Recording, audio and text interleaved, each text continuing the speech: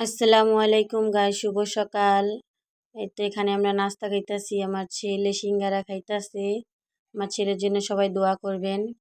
এখানে আবার বড় আপু তরকারি রান্না করতেছে, তরকারি না ভাজি রান্না করতেছে, তো আপনাদের সাথে শেয়ার করলাম।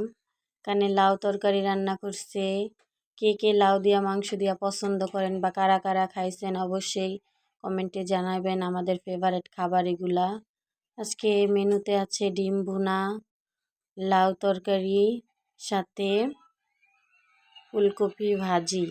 তো পুরা রান্না দেখাইতে পারি না, আপু আগে আগে রান্না করে ফেলছে। আমি ঘুম থেকে ওইটা দেখি।